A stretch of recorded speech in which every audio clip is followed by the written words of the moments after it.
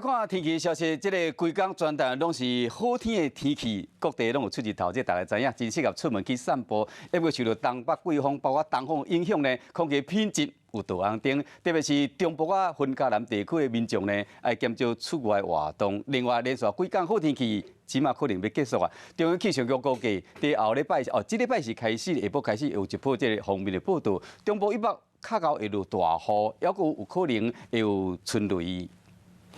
春暖花开，日头炎，民众趁好天出门运动散步。今仔日各地高温差不多伫咧30度，除了东部高温伫咧27度，透早半暝仔的温度就无到20度，民众爱特别注意早暗温差大。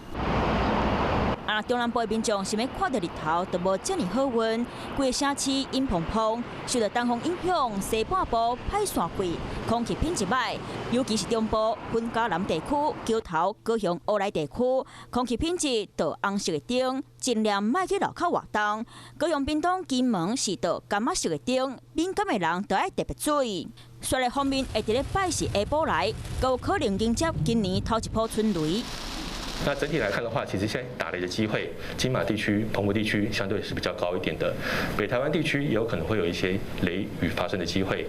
后面来卖落雨，各地高温卖对咧降落来。俗语讲，春天后母面，天气讲变就变。